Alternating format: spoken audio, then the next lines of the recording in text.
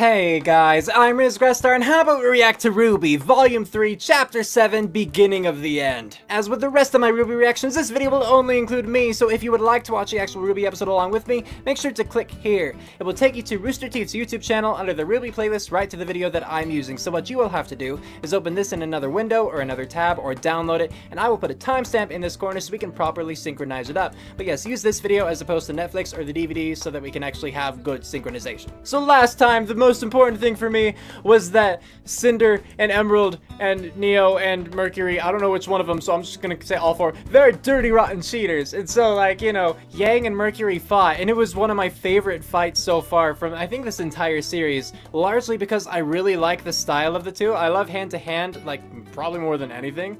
And so having, you know, Yang mostly with fists and Mercury mostly with kicks, like, it was really good for me. I really enjoyed it. And Yang had a good comeback, you know? Like, she won, but barely. And so then, you know, as she was walking away, he's like, "There won't be a next time, Blondie." And then he, like, flying jump kicks her, and so she turns around and just, like, punches his knee, you know? Or, like, I don't know if she shotguns, or, but I know she at least punches. And so, you know, his, like, leg seems to be broken and everything, and he's crying out, and everyone starts to freak out, and these, like, guards surround, you know, Yang, and she's all like, "What? I didn't do anything. He attacked me," or whatever, you know, that kind of stuff. But apparently, then you see the video monitors, and he was just, like, walking there or standing there, and then Yang turned and punched him, and so it was just an illusion to Yang that he was attacking her, and so she thought it was in self-defense. No one else does, except, of course, you know, Cinder, and, like, they're all in the know. But oh, it was so good but so dirty, and it's like, I'm impressed, and it's really good for the story and everything, but at the same time I hate it. So yeah, no, it was definitely a good move on you know, like, the writer's part for this show. Like, it was executed really well. And that's what makes this so aggravating. So good job there, that was really impressive, and I hate you at the same time. The other important part, really the only other part that I can remember from the episode, is Pyrrha learning that the fairy tale of the maidens of the seasons, basically, was actually real. And that this one old dude just had magical powers, apparently, and 4 chicks were nice to him, so he was all like, "Magic, magic, magic, magic," you know, and everyone got magic. He was Oprah back in his day. And so, apparently now it's kind of like Green Lantern, where once they die, the power is passed on to someone else. In a really stupid way, I think, where it's like the last person who's in their mind, as long as they're not a dude or some old woman. That seems really bad. Like, that's not a way you want to pass on powers. No, it's not, like, reliable, really. Anyway, so the Fall Maiden, or Guardian, whatever you want to call them, her name is Amber, and she was attacked and part of her powers were stolen, presumably by Cinder. It hasn't been, like, specifically stated or explicitly stated, but we just have to assume, considering Cinder's the big baddie so far.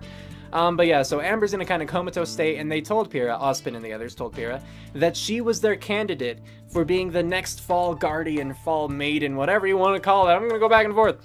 And Pyrrha, you know, reasonably enough, like as you'd expect, is hesitant about the idea, especially considering that she might die from it, according to them, where what they're going to try to do is take Amber's aura and just stuff it into Pyrrha, and they've never really done that before, aside, I think, from Penny. I think that's how Penny has an aura in the first place, considering she's an android. But supposedly Pyrrha's life will be linked with Amber's, and so I'm thinking that if Amber dies, then Pyrrha might die too, and I don't want Pyrrha to die.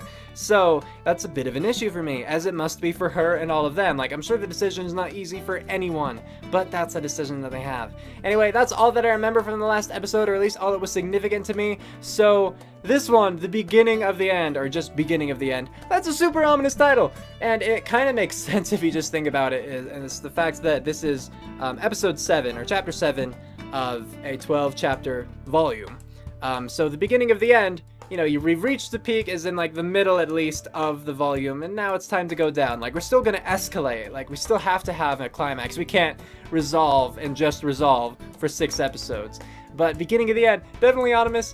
Bad things could happen. We'll just have to watch and see. So, with that, let's get to watching.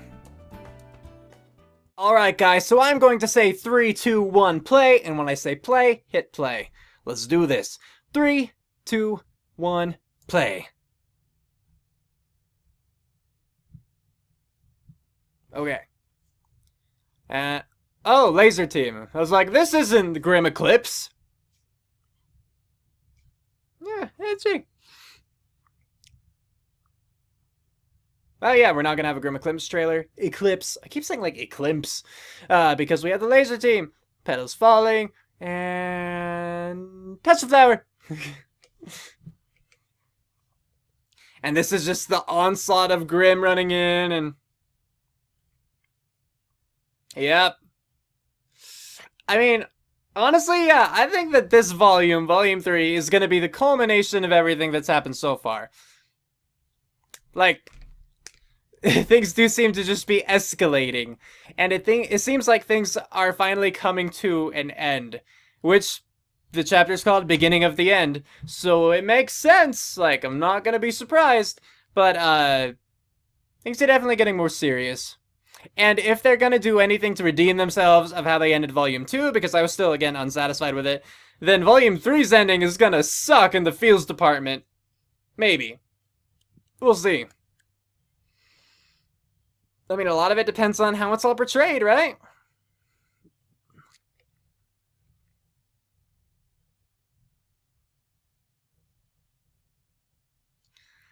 But everyone just looks so sad. RWBY. Alright.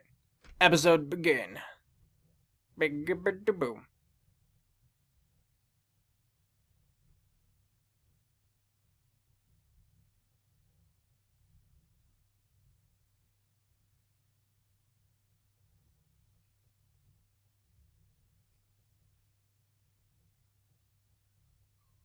So is this Cinder talking? Yeah, okay. I thought it sounded like her. Oh, where she meets Emerald.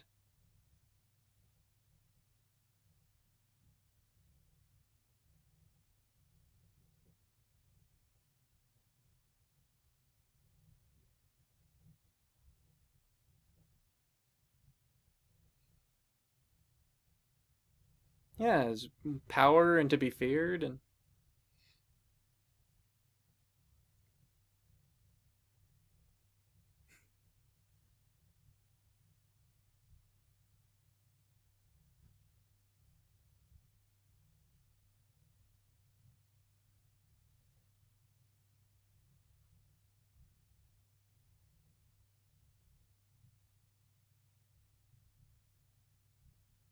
So then Emerald's the one with the powers? Okay, that makes sense going back to like the fight with Team Coffee.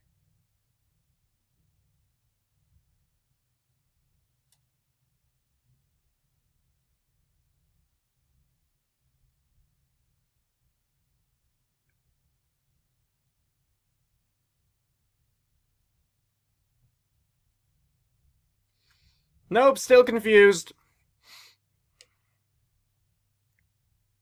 Your legs mostly.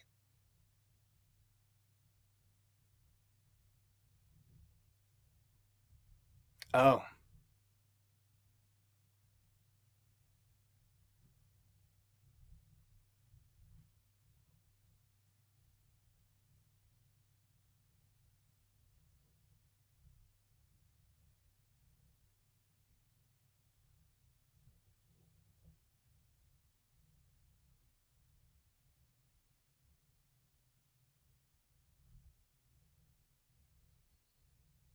More whispering?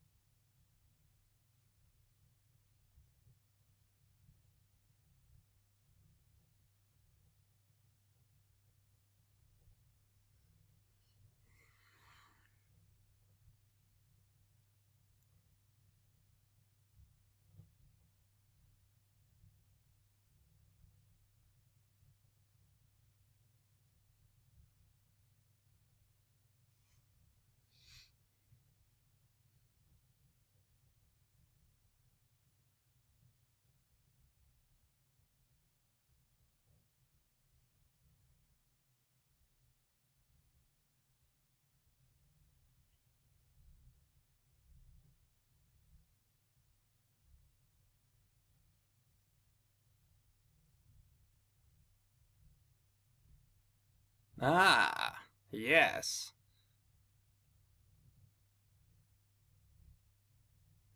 all parties involved?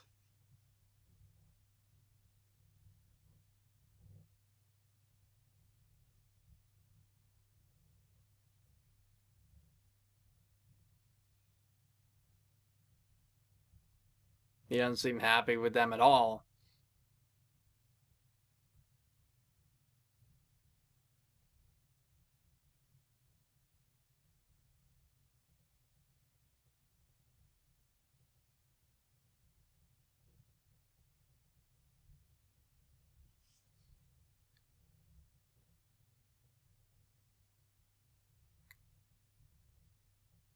Alright.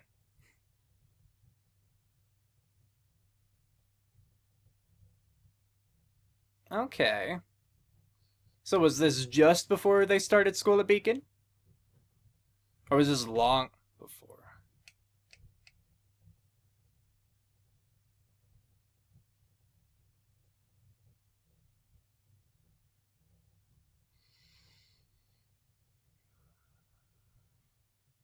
Y'all are gonna hate me after this episode, because I don't understand a lot of what's going on.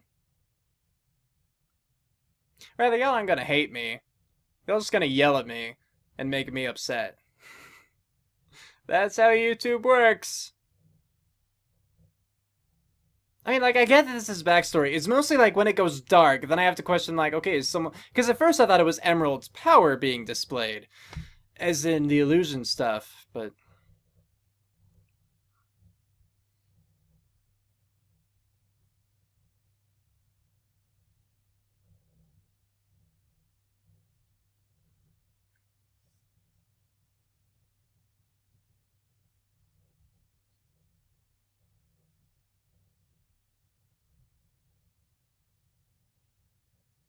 Sup, little girl?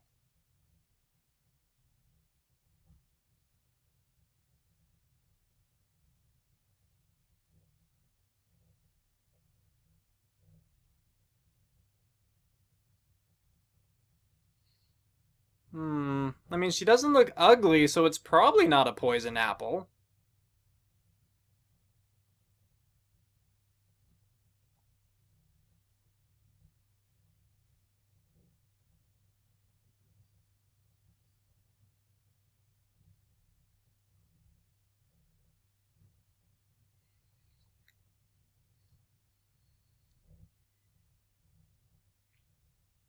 Okay. I'm pretty sure the Cinder was the one who blocked bullets in, like, Volume 1, Chapter 1, using her hands. So that's Amber. She got that from her.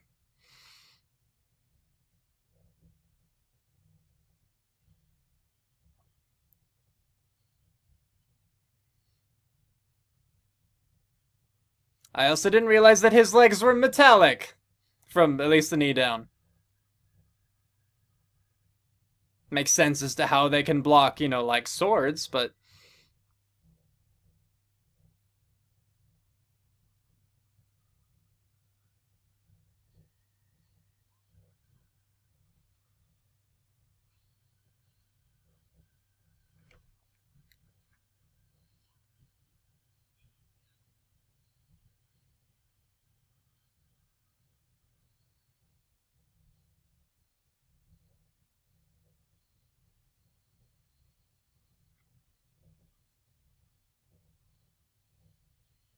Oh.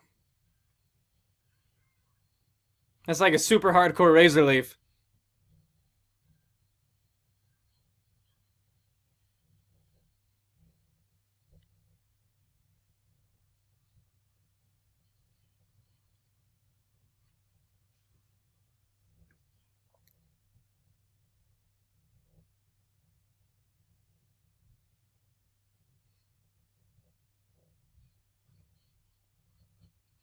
I don't know, was that her actual speed, or was that Emerald using her illusions?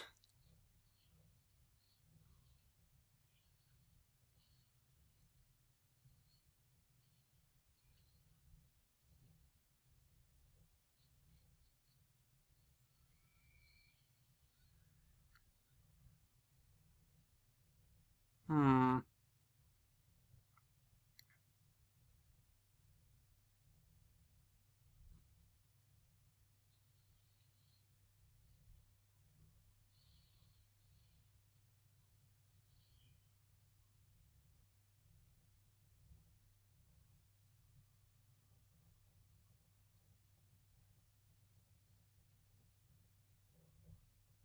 You know, if you could still fly, now would be a good time.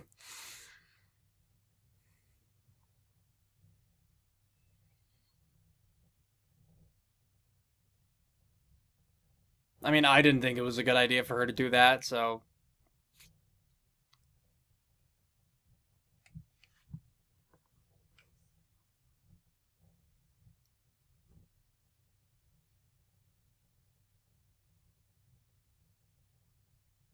So not to discredit those three, but I'm impressed that they could take out what was essentially a demigod, right? Oh!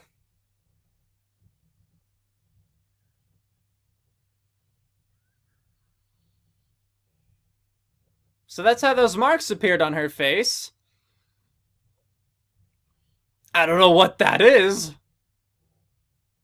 But... Hey! Friggin' yeah, Crow saving the day.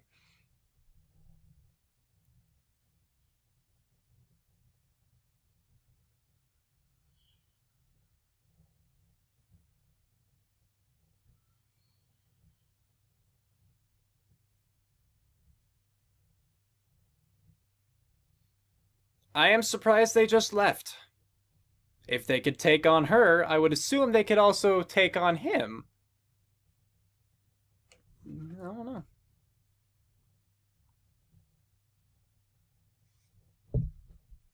Hmm.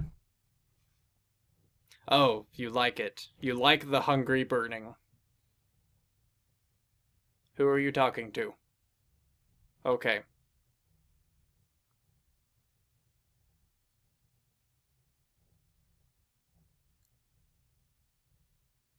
Assume that's referring to Blake. I mean, Adam easily could have caught up to her at the end of the trailer, but...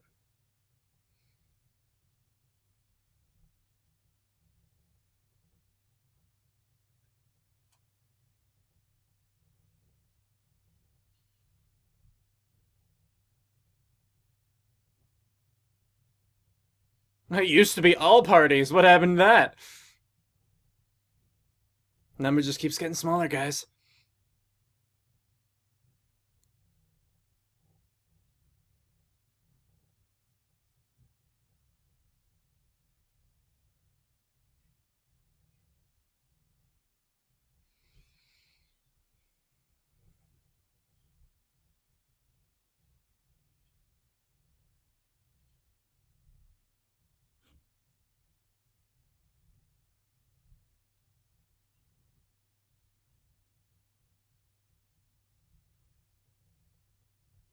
See, if only you guys knew what everyone's semblance was.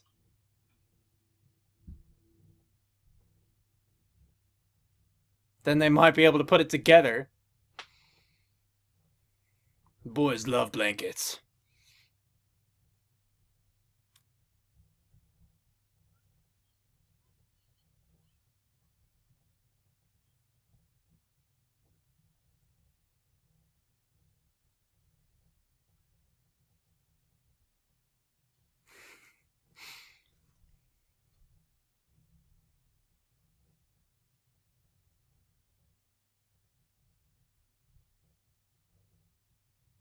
I guess it's a big place. You can't expect every emergency person to know every other emergency person.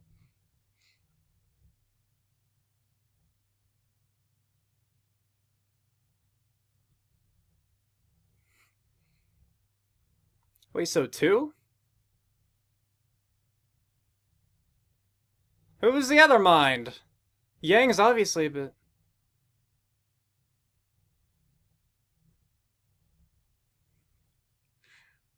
This news looks fake. Animate your people more.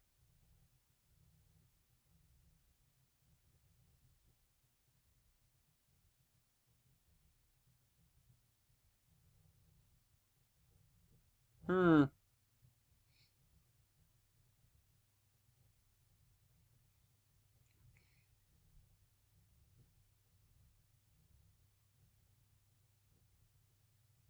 Well, crying.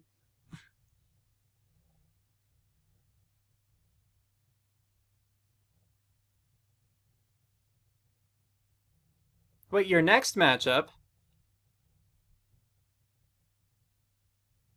Like, I get the Yang, I assume she's disqualified. But he still lost. He shouldn't just preemptively get to move on. Oh well. So that was the end of that episode.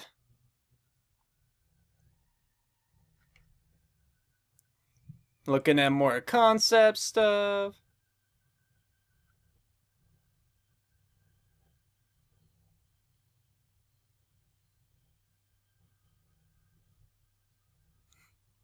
Sorry, that thing in the back looks like Navi to me. Just the bulb with, like, the leaves. Navi from Legend of Zelda, you know? Okay. Oh.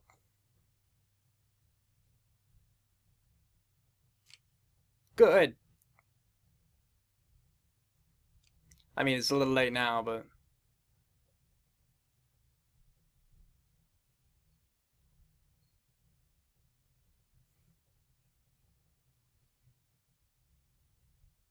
You're welcome, handsome. Call me gorgeous. Alright, end of team, or Rooster Teeth Animation Showcase. And episode's over. Okay, so this episode was 16 minutes and 53 seconds long, and now it's time to talk about it.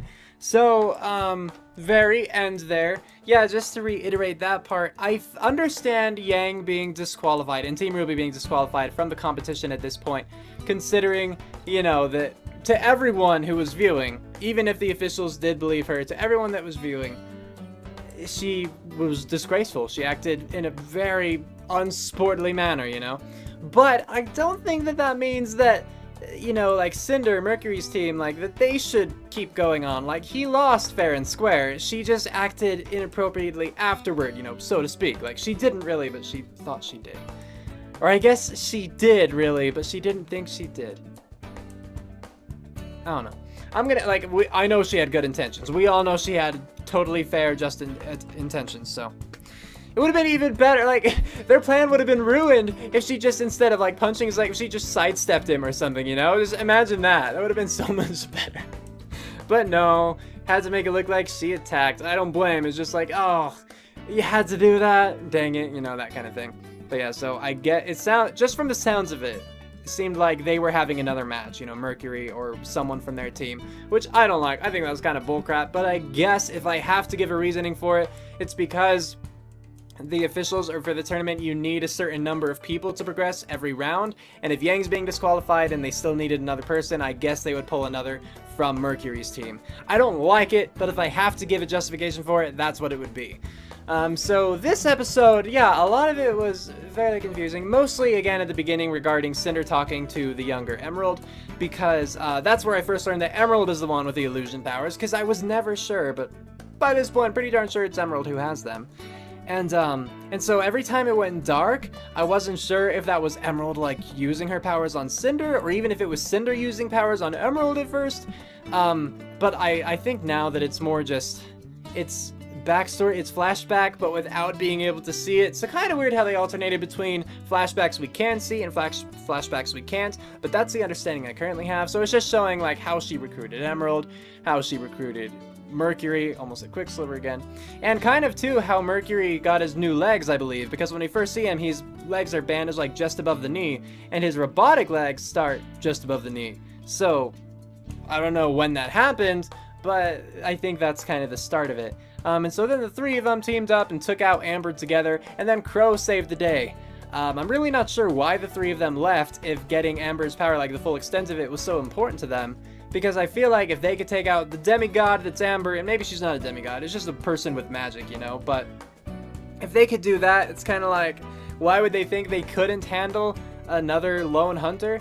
But they left. I'm not upset because, you know, I like Crow, and I don't want them to win, you know, Cinder and the others. I want them to lose. They're bad guys, and I think they deserve losing.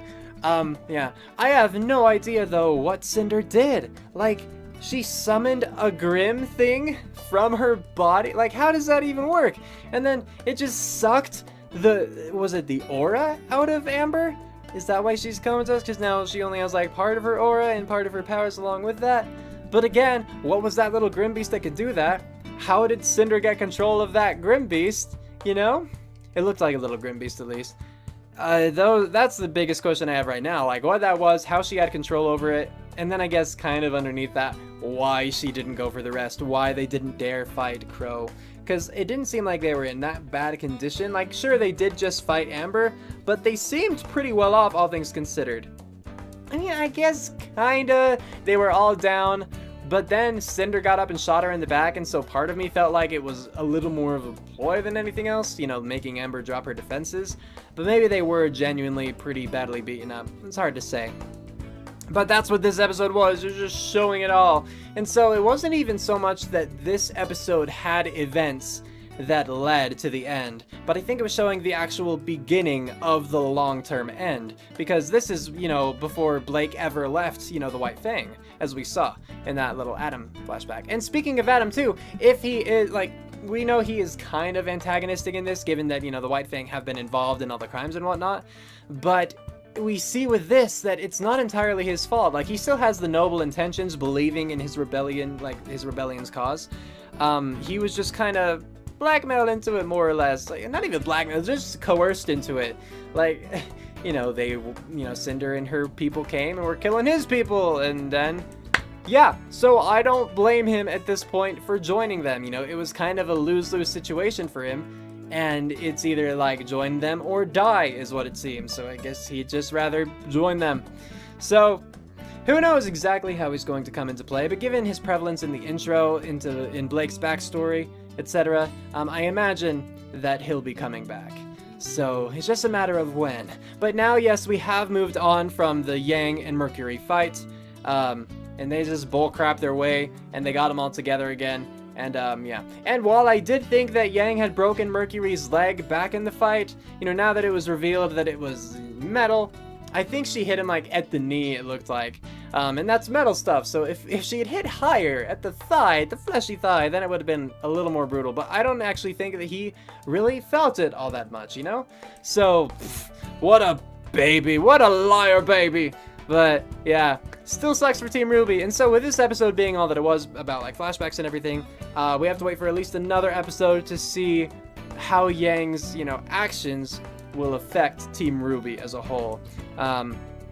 I really want to see how they're all going to react to Yang after that, because they don't know. And again, while I think that they will believe her for the most part, I'm gonna understand some skepticism, you know? Just because they all saw what happened, none of them saw the illusion, and so they have to rely entirely on faith. Like, none of them have seen any illusions yet, I don't think, you know, brought about by Emerald. The closest I can think is, again, with, like, Neo and Roman on the bridge when they were fighting Roman in the mech. But I was inclined to blame that on Neo, and so I wouldn't be surprised if they were too. Either way, a lot of interesting stuff happening now, a lot of crazy development, and so now we just kind of, like, there's still more development to come, I'm sure, but then I'm really hoping for a big payoff here. I'm scared for one too, because the stakes are really high at this point, but, you know, it is exciting at the same time, and I mean, that is the purpose of this show, is to entertain, you know, keep you on the edge of your seat kind of thing, and right now I'd say it's doing a good job of that. So, let me know what you guys thought about this episode in the comments below, whether you liked it, whether you disliked it, what you thought about this or that, so on and so forth, and etc.